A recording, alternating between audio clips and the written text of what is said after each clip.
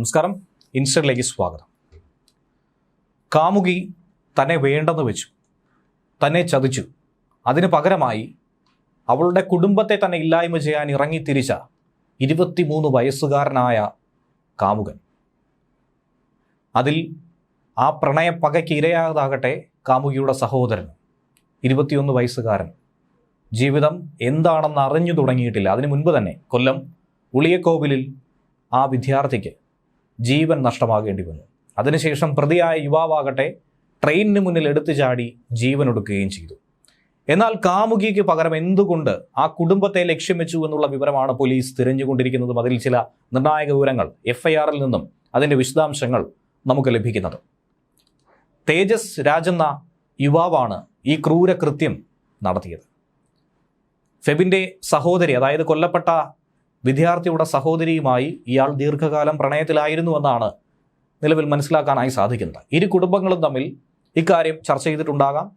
വിവാഹത്തിന് എന്തായിരുന്നാലും സമ്മതിച്ചിട്ടുണ്ടായിരുന്നു. പക്ഷേ യുവതി പിന്മാറുന്ന ഒരു സാഹചര്യം ഉണ്ടായി. അതിനുശേഷം യുവതിക്ക് മറ്റൊരു വിവാഹ നിശ്ചയം തീരുമാനിച്ചു. അതിനെ തുടർന്നാണ് യുവതിയോടും യുവതിയുടെ വീട്ടുകാരോടും കടുത്ത പക, വിരോധം, ഇതൊക്കെ തന്നെ തേജസ് രാജ് എന്ന യുവാവിൻ്റെ മനസ്സിൽ കയറിക്കൂടിയത്. പ്രതി തേജസ് രാജ് വീട്ടിലേക്ക് എത്തിയ ഒരു സാഹചര്യം ഇപ്പോഴും ഫെബിൻ്റെ അമ്മ ഡെയ്സി നടുക്കത്തോടെ തന്നെ വിവരിക്കുന്നുണ്ട്. ആ ഭയം ഇപ്പോഴും ആ മുഖത്ത് കാണാനായി സാധിക്കുന്നുണ്ട്. മകൻ്റെ രക്തത്തിൽ കുളിച്ച ശരീരം കണ്ട ആ അമ്മയുടെ കണ്ണുകൾ ഇപ്പോഴും ഈറനണിയുകയാണ്. വീട്ടിലേക്ക് എത്തിയത് തിരിച്ചറിയാതിരിക്കാനായി പർദ്ദ ധരിച്ചുകൊണ്ടായിരുന്നു. ആദ്യം ഒരു തവണ വീട്ടിലേക്ക് എത്തിയിരുന്നു. എത്തിയ സാഹചര്യത്തിൽ നിരവധി ആളുകൾ ആ മേഖലയിൽ ഉള്ളതുകൊണ്ട് തിരിച്ചു പോവുകയായിരുന്നു. കൊലപാതക ശ്രമം ഉപേക്ഷിച്ച മട്ടായിരുന്നു. എന്നാൽ കൃത്യമായ ആസൂത്രണത്തോടുകൂടി വീണ്ടും ഫെബിൻ്റെ വീട്ടിലേക്ക് തേജസ് രാജ് എത്തുകയായിരുന്നു.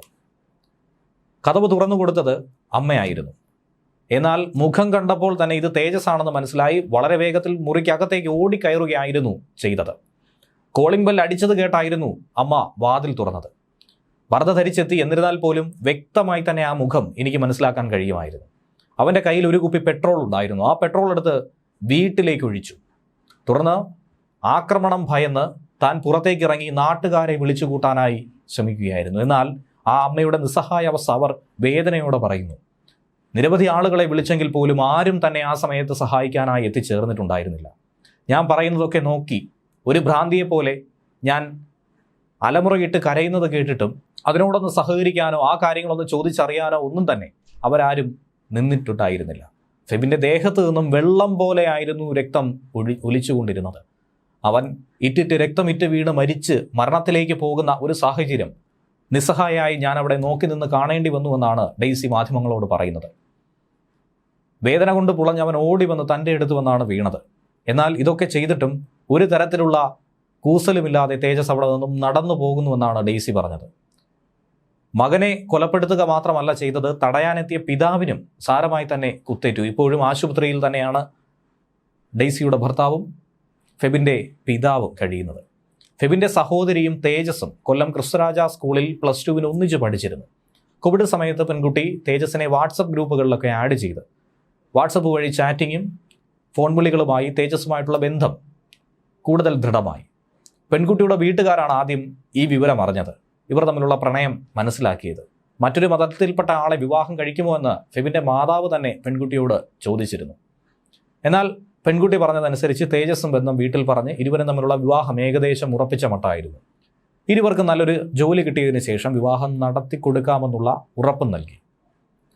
എന്നാൽ ജോലി കിട്ടിയത് ആദ്യം പെൺകുട്ടിക്കായിരുന്നു. ഫെഡറൽ ബാങ്കിൽ പെൺകുട്ടിക്ക് നല്ലൊരു ജോലി കിട്ടി. കോഴിക്കോട് ബ്രാഞ്ചിൽ ഇപ്പോൾ ജോലി ചെയ്യുന്നുവെന്നാണ് മനസ്സിലാക്കാനായി സാധിക്കുന്നത്. എന്നാൽ ഈ സംഭവം ഉണ്ടായതിന് പിന്നാലെ പെൺകുട്ടി ബന്ധത്തിൽ നിന്നും പിന്മാറി. തേജസിനാകട്ടെ ജോലിയൊന്നും തന്നെ കിട്ടിയിരുന്നില്ല. തേജസ് പലതവണ ഈ ബന്ധം പുനഃസ്ഥാപിക്കാൻ വേണ്ടി വിളിച്ചുകൊണ്ടേയിരുന്നു. പക്ഷേ പെൺകുട്ടി ഫോൺ എടുക്കാൻ തയ്യാറായില്ല. പരമാവധി ഒഴിവാക്കുകയായിരുന്നു. ഇതൊക്കെ തന്നെ വൈരാഗ്യത്തിന് കാരണമായി. പെൺകുട്ടിയെ ലക്ഷ്യമിട്ടാണ് പ്രതി വീട്ടിലെത്തിയതെന്നുള്ള സൂചനയും പോലീസ് നൽകുന്നുണ്ട്. എന്നാൽ പ്രതിക്ക് കൃത്യമായി അറിയാം ആ വീട്ടിൽ ആരൊക്കെ ഉണ്ടായിരുന്നുവെന്ന്. ബന്ധം തുടരണമെന്നാവശ്യപ്പെട്ട് യുവതിയെ തേജസ് ശല്യപ്പെടുത്തിയത് വീട്ടുകാർ വിലക്കുകയുണ്ടായി. അപ്പോൾ വീട്ടുകാർക്കെതിരെയും തേജസിന് ദേഷ്യമുണ്ടായിരുന്നു എന്നുള്ളത് യാഥാർത്ഥ്യമാണ്. ഒരുപക്ഷെ സഹോദരൻ ഈ യുവാവിനെ വിലക്കിയിട്ടുണ്ടാകാം. അതിൽ പകമൂത്തായിരിക്കണം യുവാവിനെ കൊലപ്പെടുത്താനായി ശ്രമിച്ചിട്ടുണ്ടായിരുന്നത്. അങ്ങനെ പലതരത്തിലുള്ള അഭ്യൂഹങ്ങളാണ് ഇപ്പോൾ പോലീസിന് മുന്നിലുള്ളത്. കുത്തേറ്റ യുവതിയുടെ അച്ഛൻ ജോർജ് ഗോമസ് ഇപ്പോഴും ചികിത്സയിലാണ്. യുവതിയെ അടക്കം കൊലപ്പെടുത്താൻ, കുടുംബത്തെ അടക്കം വകവരുത്താനായി തേജസ് ലക്ഷ്യമിട്ടു എന്നാണ് പോലീസിന്റെ സംശയം, അനുമാനം. കാരണം അതുകൊണ്ടാണ് പെട്രോൾ കുപ്പിയുമായി ആ കുടുംബത്തിലേക്ക് കടന്നു വന്നത്. കുത്തേറ്റ ഫെബിന്റെ പിതാവ് ഗോമസ് ഇപ്പോഴും തീവ്രപരിചരണ വിഭാഗത്തിൽ തുടരുന്നു. ഗോമസിന്റെ മൊഴി രേഖപ്പെടുത്തി കാര്യങ്ങൾ മനസ്സിലാക്കി മുന്നോട്ട് അന്വേഷണം കൊണ്ടുപോകാനാണ് പോലീസ് തീരുമാനിച്ചിരിക്കുന്നത്. അതാണ് ഈ കേസിനെ സംബന്ധിച്ച് ഏറ്റവും പ്രധാനപ്പെട്ട ഒരു ഘടകം. ഫെബിന്റെയും തേജസ് രാജിന്റെയും പോസ്റ്റ്മോർട്ടം നടപടികൾ ഇന്ന് തന്നെ പൂർത്തീകരിക്കും. സഹോദരനെയും മാതാപിതാക്കളെയും കൊല്ലണമെന്ന വ്യക്തമായ ഉദ്ദേശം ഈ പ്രതിക്കുണ്ടായിരുന്നു. അതനുസരിച്ച് തന്നെയാണ് കയ്യിൽ കരുതിയ പെട്രോളും കത്തിയും ഉപയോഗിച്ചുകൊണ്ട് ഫെബിനെയും പിതാവിനെയും കുത്തിയതെന്നാണ് FIRൽ പരാമർശിക്കുന്നത്. +2 പഠിക്കുന്ന സമയം മുതലുള്ള പ്രണയബന്ധം. ബാങ്ക് കോച്ചിങ്ങിന് പഠിക്കുമ്പോഴും ഇരുവരും ഒന്നിച്ചായിരുന്നു. അന്നും പ്രണയമുണ്ടായിരുന്നു. പക്ഷേ ആദ്യം ജോലി കിട്ടിയത് യുവതിക്ക്. അതല്ലെങ്കിൽ യുവതിക്ക് മാത്രമാണ് ബാങ്ക് ജോലി നേടാനായി സാധിച്ചത്. പിന്നീട് PSC പഠനവുമായി തേജസ് മുന്നോട്ട് പോയി. സിവിൽ പോലീസ് പരീക്ഷ പാസ്സായി. മാർക്ക് ലിസ്റ്റിൽ ഇടം നേടിയെങ്കിൽ പോലും ഫിസിക്കൽ ടെസ്റ്റിൽ, കായികക്ഷമതാ പരീക്ഷയിൽ തേജസ് പരാജയപ്പെടുന്ന ഒരു സാഹചര്യമുണ്ടായി. അങ്ങനെ അതിൻ്റെ നിരാശയും. പിന്നീട് പ്രണയം വേണ്ടെന്ന് വെച്ചു. ഇരുവർക്കും ഇടയിൽ പലതരത്തിലുള്ള അസ്വാരസ്യങ്ങൾ രൂപപ്പെട്ടു. പലതരത്തിലുള്ള ഈഗോ വർക്കൗട്ടായി. അതിനുശേഷം പെൺകുട്ടി ഈ പ്രണയബന്ധത്തിൽ നിന്നും പിന്മാറി. വിവാഹ നിശ്ചയമടക്കമുള്ള ചടങ്ങുകളിലേക്ക് കുടുംബം നീങ്ങിയതിന് ശേഷം വിവാഹബന്ധം അവസാനിപ്പിക്കുകയാണ് ചെയ്തത്. എന്നാൽ യുവാവിന് പെൺകുട്ടിയില്ലാതെ പറ്റില്ല എന്നുള്ള സഹികെട്ട ഒരവസ്ഥയിലേക്ക് എത്തി. അതിന് പിന്നാലെ പ്രണയം പകയായി കൊലപാതകത്തിലേക്ക് നയിക്കുകയും ചെയ്തു. ഏറ്റവും ഒടുവിൽ യുവതിക്ക് മറ്റൊരു വിവാഹം ഉറപ്പിച്ചതൊക്കെ വല്ലാതെ തന്നെ തേജസിനെ ചൊടിപ്പിച്ചു. അതിൻ്റെ പ്രകോപനത്തിൻ്റെ അടിസ്ഥാനത്തിൽ ഈ കൃത്യം നടത്തിയെന്നാണ് പോലീസ് പ്രാഥമികമായി കണ്ടെത്തിയിരിക്കുന്നത്. ഫോൺ വിളിച്ചിട്ട് പോലും യുവതി തന്നെ അവോയ്ഡ് ചെയ്തത്, ഒഴിവാക്കിയത് വലിയ തോതിൽ തന്നെയാണ് മാനസിക വിഷമം ഉണ്ടാക്കിയത്. മാർച്ച് 9-ാം തീയതി എറണാകുളം സ്വദേശിയുമായി പെൺകുട്ടി വിവാഹം ഉറപ്പിച്ചു. മറ്റാളുമായി വിവാഹം ഉറപ്പിച്ചത് കൊലപാതകത്തിന് കാരണമെന്ന് FIRൽ എടുത്തു പറയുന്നുണ്ട്. ഈ വിവരം അറിഞ്ഞ തേജസ് ഇത്രയും ദിവസം മനസ്സിൽ പക കൊണ്ട് നടക്കുകയായിരുന്നുവെന്നാണ് പോലീസും പറയുന്നത്. തേജസിന് മറ്റ് ക്രിമിനൽ പശ്ചാത്തലങ്ങളൊന്നും തന്നെ ഇല്ല എന്നുള്ളത് പ്രാഥമിക അന്വേഷണത്തിലൂടെ മനസ്സിലാക്കാൻ കഴിയുന്നുണ്ട്. അയൽവാസികളുമായി ഒക്കെ തന്നെ നല്ല ബന്ധം പുലർത്തുന്ന ഒരു വ്യക്തി കൂടിയായിരുന്നു, നല്ലൊരു കുട്ടി കൂടിയായിരുന്നു തേജസ് എന്നാണ് പറയുന്നത്. തേജസും ഫെബിൻ്റെ സഹോദരിയും തമ്മിൽ വിവാഹം ഉറപ്പിച്ചതിന് പിന്നാലെ ഉണ്ടായ പ്രശ്നങ്ങൾ അതെന്തൊക്കെയെന്നുള്ളത് വ്യക്തമായി ഫെബിന് അറിയാം എന്നാണ് മനസ്സിലാക്കാൻ കഴിയുന്നത്. ഒരുപക്ഷേ ഡെയ്സിയോടും പിതാവിനോടും കൂടുതൽ കാര്യങ്ങൾ പോലീസ് ചോദിച്ചറിയുമ്പോൾ ഇതിൻ്റെ വ്യക്തമായൊരു ചിത്രം കൂടി രൂപപ്പെടാൻ സാധ്യതയുണ്ട്. തിങ്കളാഴ്ച രാത്രിയോടെയാണ് കേരളത്തെ തന്നെ നടുക്കിയ, കൊല്ലം നഗരത്തെ ഞെട്ടിച്ച ഒരു കൊലപാതകം സംഭവിച്ചത്. ഉളിയക്കോവിൽ സ്വദേശിയും ഫാത്തിമ നാഷണൽ കോളേജിലെ 2ാം വർഷ BCA വിദ്യാർത്ഥിയും ഉളിയക്കോവിൽ വിളപ്പുറം ജോർജ് ഗോമസിൻ്റെ മകനുമായ ഫെബിൻ ജോർജിനെയാണ് കുത്തിക്കൊലപ്പെടുത്തിയത്. പിന്നാലെ 23-കാരനായ നീണ്ടകര സ്വദേശി തേജസ് രാജ് ഒരു ട്രെയിനിന് മുന്നിൽ എടുത്തു ചാടി ആത്മഹത്യയും ചെയ്തു. ആത്മഹത്യ ചെയ്യുന്നതിന് മുൻപ് കൈത്തണ്ടയിലെ ഞരമ്പ് മുറിച്ചതിന് ശേഷമായിരുന്നു ഇയാൾ ആത്മഹത്യ ചെയ്തത്. ചെമ്മാൻമുക്ക് റെയിൽവേ ഓവർബ്രിഡ്ജിന് സമീപത്ത് ട്രെയിൻ തട്ടി മരിച്ച നിലയിൽ ഇയാളെ കണ്ടെത്തി. ട്രെയിൻ തട്ടിയെടുത്തു നിന്നും 100 മീറ്റർ അപ്പുറം തെറിച്ചു വീണാണ് ഇയാൾ മരിച്ചതെന്നാണ് മനസ്സിലാക്കാൻ കഴിയുന്നത്. എന്നാൽ നിലവിൽ കാര്യങ്ങൾ അന്വേഷിച്ചപ്പോൾ തേജസ് രാജിനെ പിതാവ് തന്നെ കൗൺസിലിങ്ങിന് വിധേയമാക്കിയിരുന്നുവെന്നാണ് പോലീസും പറയുന്നത്.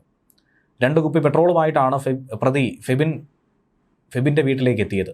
തേജസ് രാജ് കുത്താൻ ഉപയോഗിച്ച കത്തി ഫെബിൻ്റെ വീട്ടിൽ നിന്നും എടുത്തതാണെന്നും പോലീസ് പറയുന്നുണ്ട്. വീട്ടിൽ പിതാവ് ഉപയോഗിച്ച ശേഷം മാറ്റിവെച്ച കത്തിയെടുത്താണ് ഈ കൃത്യം യുവാവ് നടത്തിയിരിക്കുന്നത്. ശേഷം തേജസ് രാജ് തൻ്റെ വാഗണാർ കാറിൽ ഫെബിൻ്റെ വീട്ടിലേക്ക് എത്തിയതിനു ശേഷം മടങ്ങി പോവുകയും ചെയ്തു.